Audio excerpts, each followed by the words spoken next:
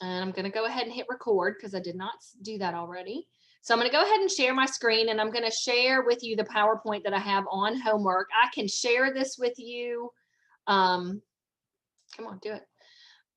Anytime that if you ask me to, I will certainly email it to you. I can even put it on the,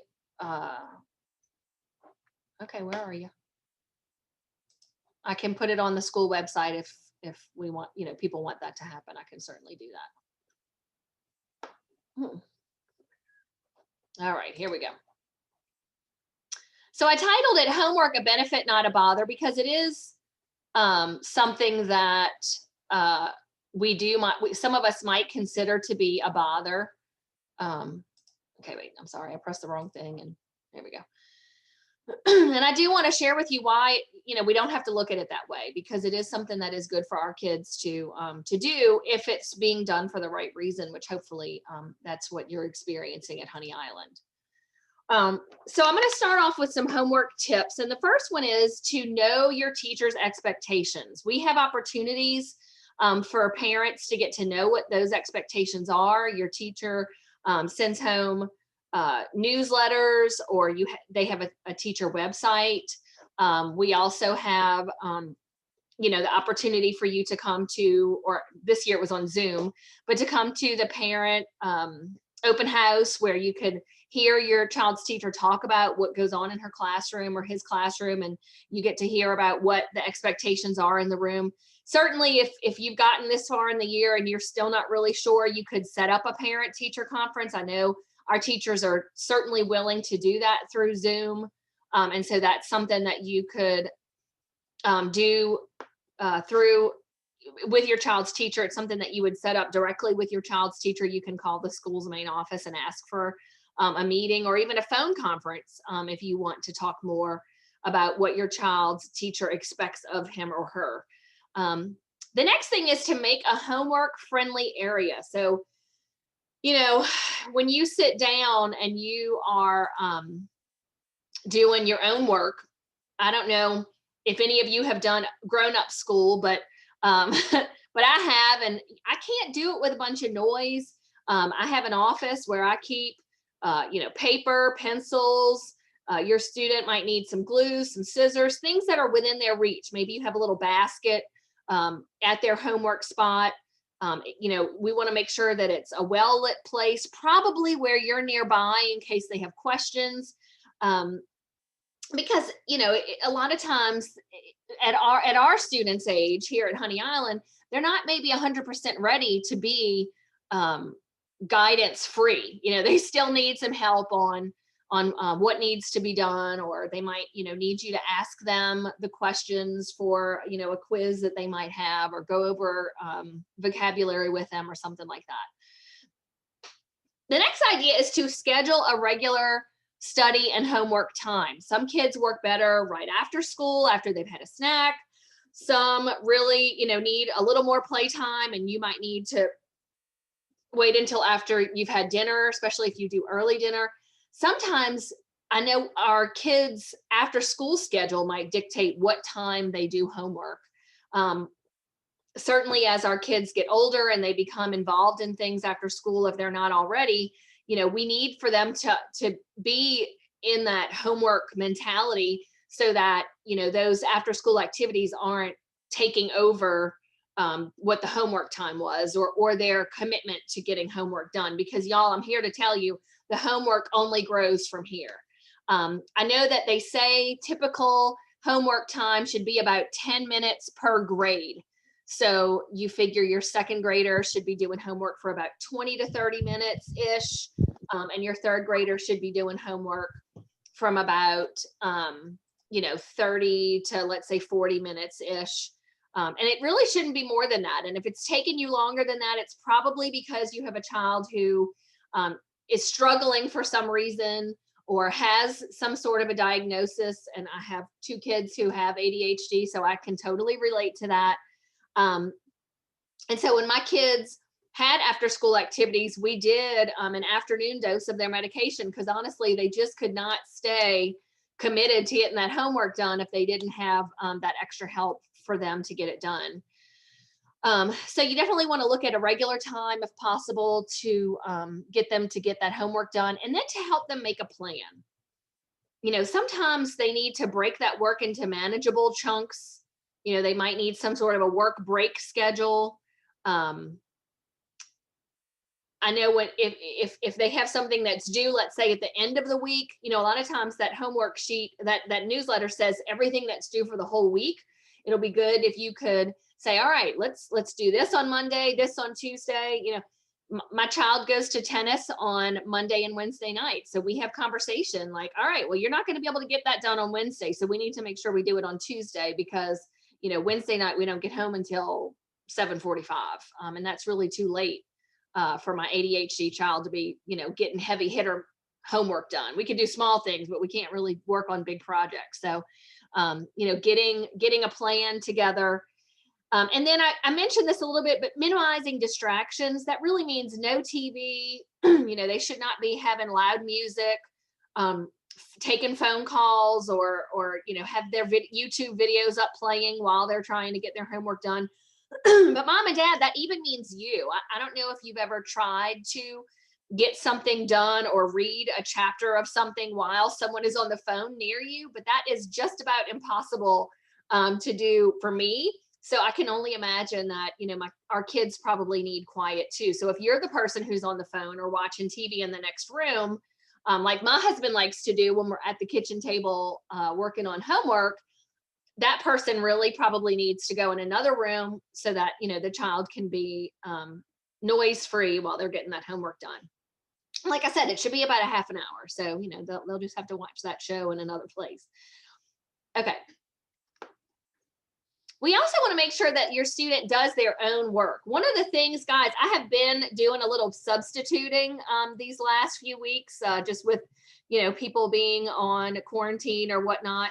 And I have learned that some of our students do not want to have to do the work to get the knowledge that they are going to need in order to be successful in life. And I kind of jokingly said to some of my third graders the other day, I leaned my head towards a student and I said, I wish I could know what they know just by putting my head close to theirs. But unfortunately, that does not work, right? Someone's knowledge cannot jump into our brain. We have to gain it on our own. And so, it's important for them when they do sit down to do their homework that they're actually the person who's doing the homework and that they're getting an understanding of what it is that they're supposed to know and be able to do. The next point is to be a motivator and a monitor. And what I mean by that is, ask them about what they have due, any quizzes or tests that they know that they have. We want to give encouragement, check homework that's been completed and make sure that you're there if they have any questions or concerns, that you're, close enough by that they can ask questions and that they feel like they can ask you questions. If we're aggravated by, they're distracting us, then it's not going to be as easy for them to come and say, hey, I don't understand this, or, you want someone else's opinion on something that you've done. And then set a good example. It's kind of like don't just do as I say, right? So it's good for them to see you, reading a book or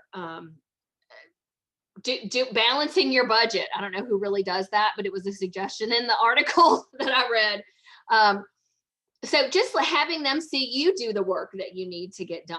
I know that, my husband is an electrician and my boys have certainly seen him writing out proposals and doing things like that at night at the dinner table. So they know that, we have to get our work done too.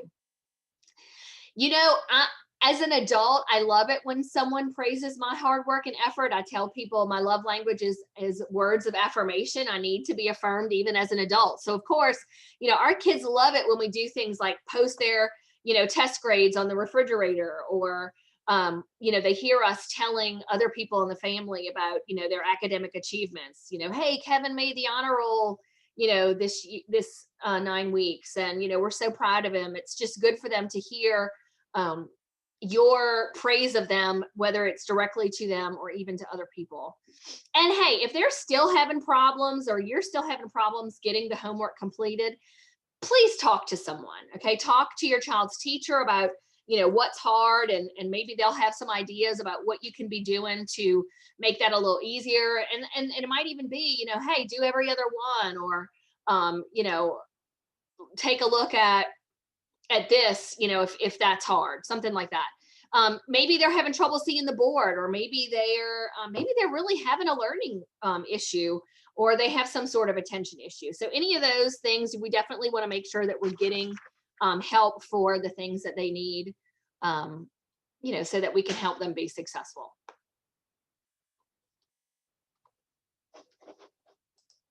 Okay. All right. Different types of homework. And I'm just going to kind of glaze over this.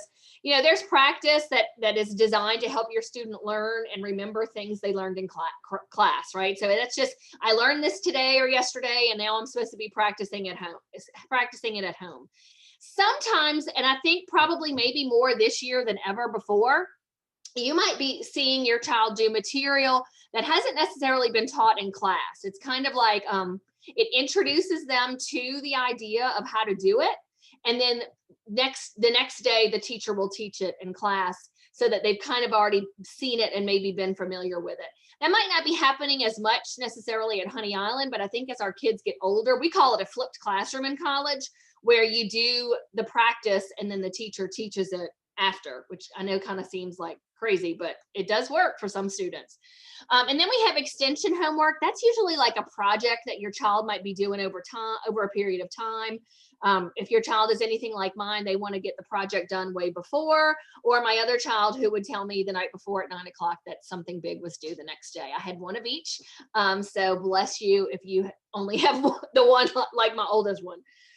And then integration homework basically is kind of like something they would do that results in some sort of class presentation, or like a science fair or something like that. Our kids at this age don't necessarily do that, but I'm just mentioning it. All right, some of our kids need an incentive system, right? They just cannot do the work without feeling like they're getting some sort of reward. And I know we want to say, just like we say about grown-ups, like, why do teachers need a reward? They get a paycheck, right? But we still do things like hot chocolate mornings, or, we need to, even grown-ups need incentives. We need a bonus check or something like that, right?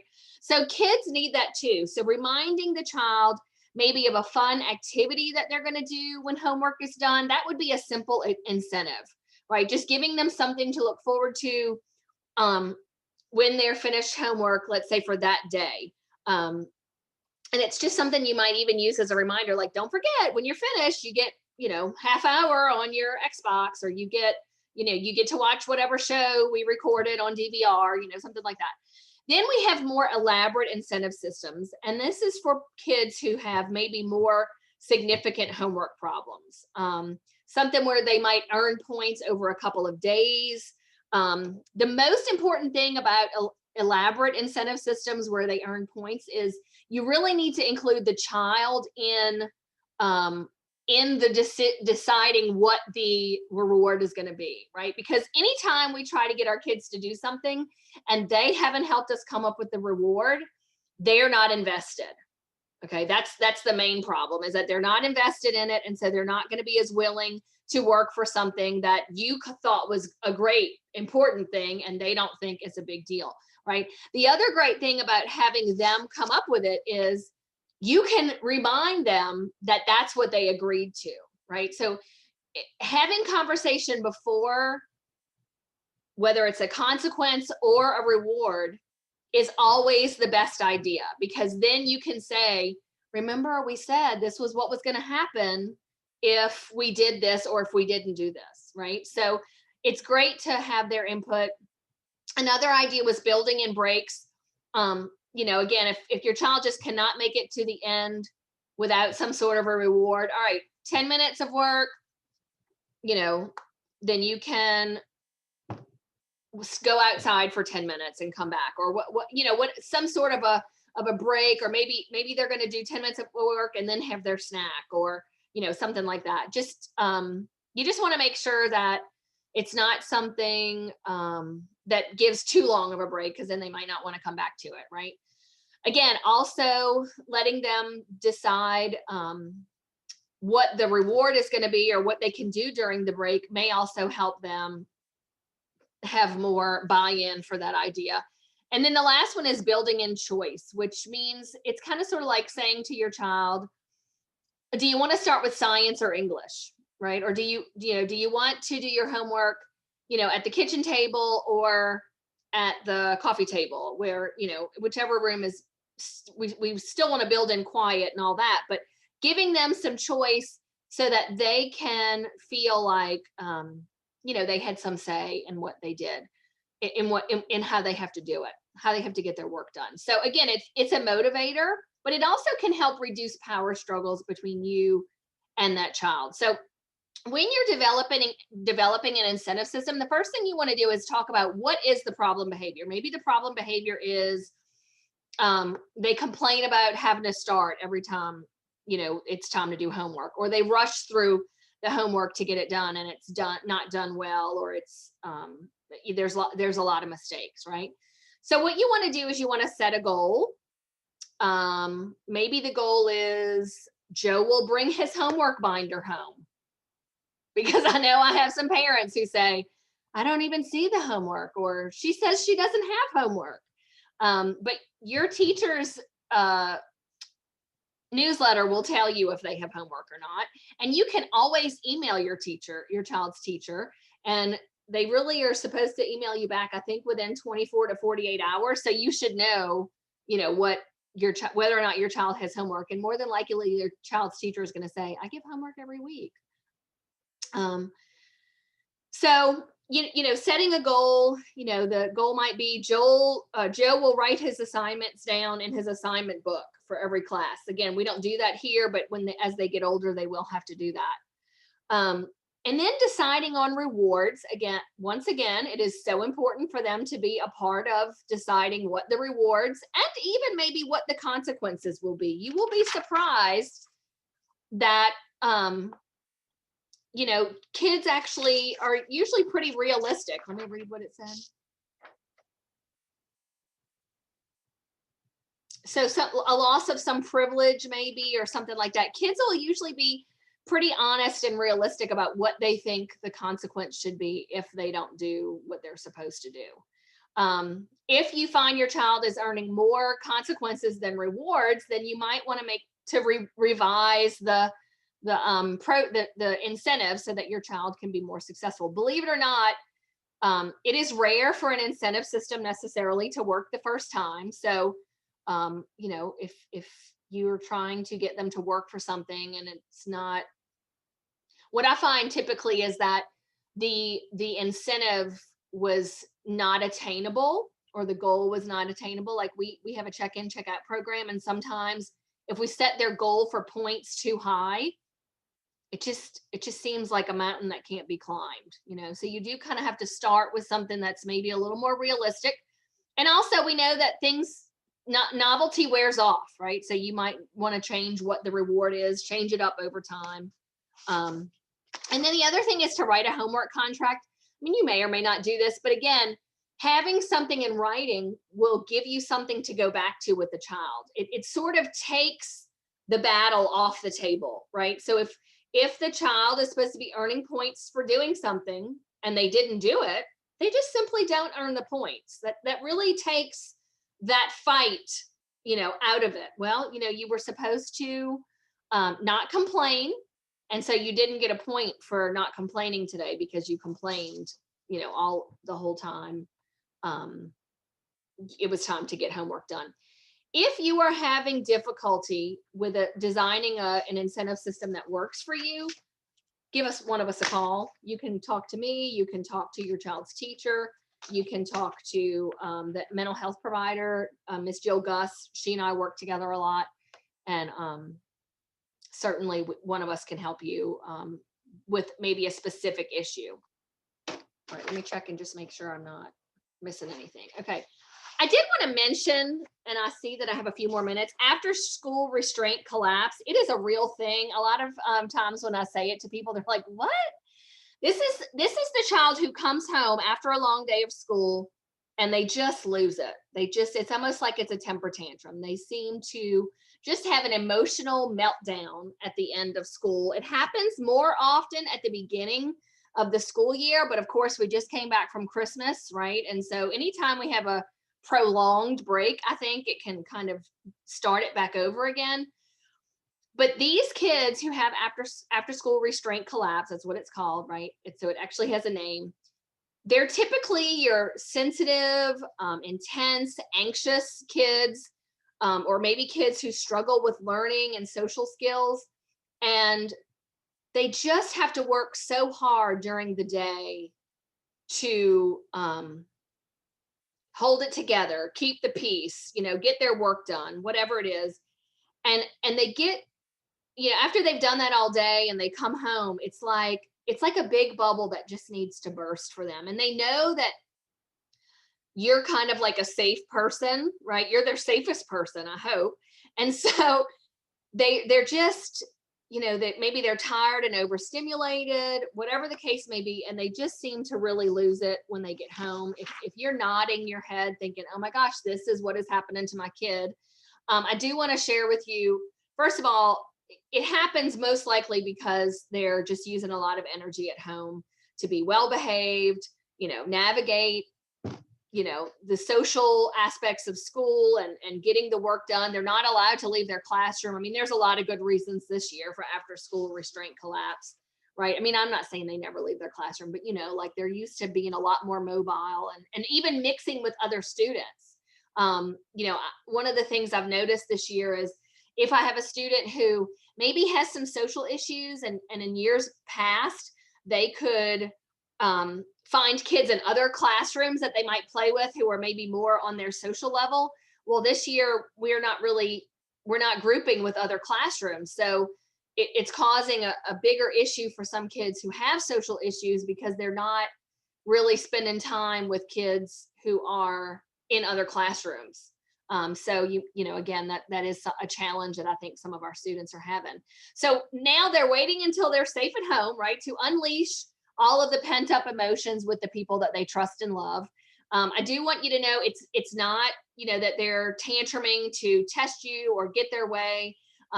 It really is more like an emotional meltdown because they just can't keep it together anymore. Here's some things to do. Okay.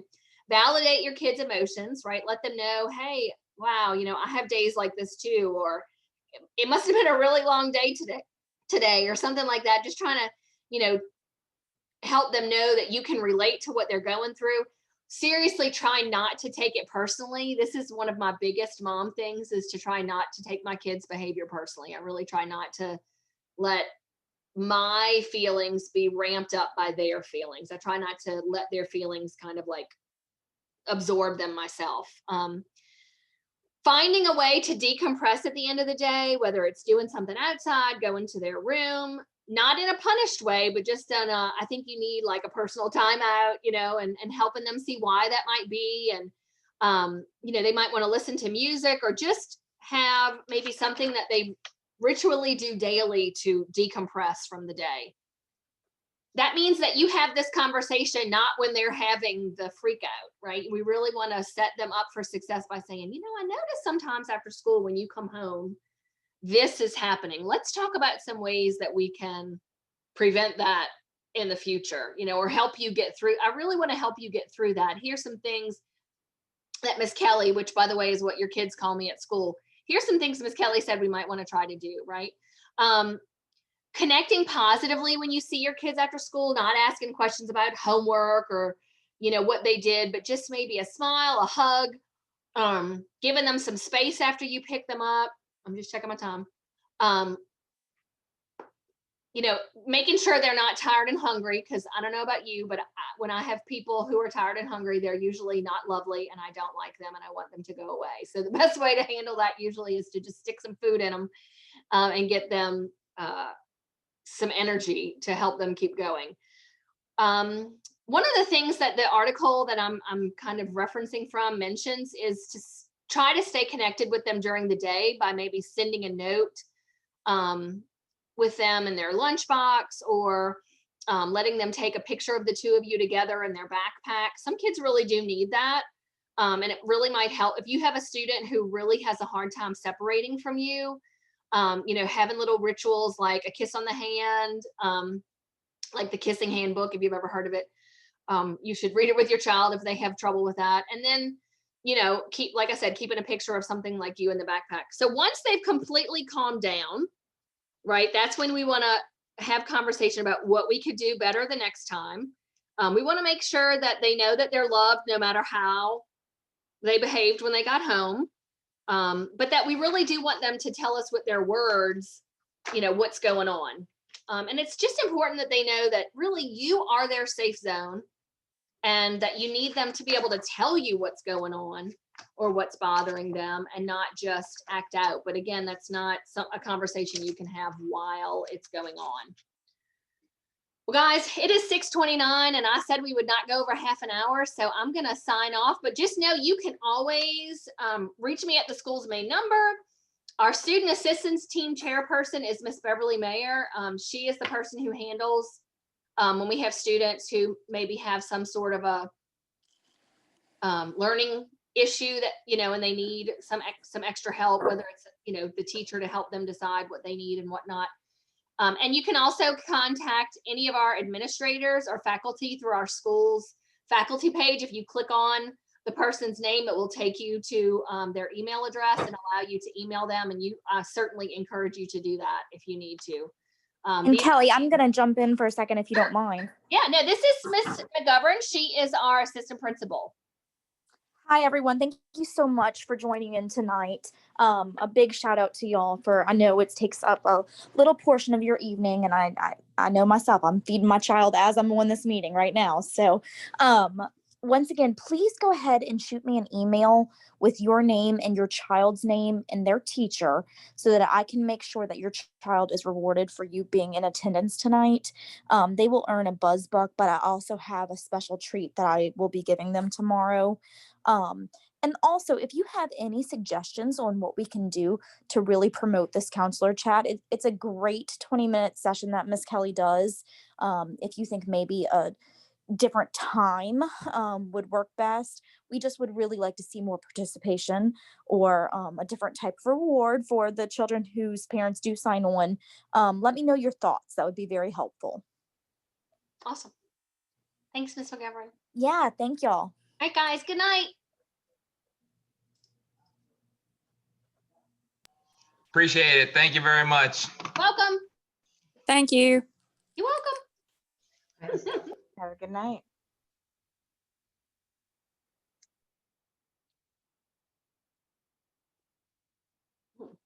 Hmm.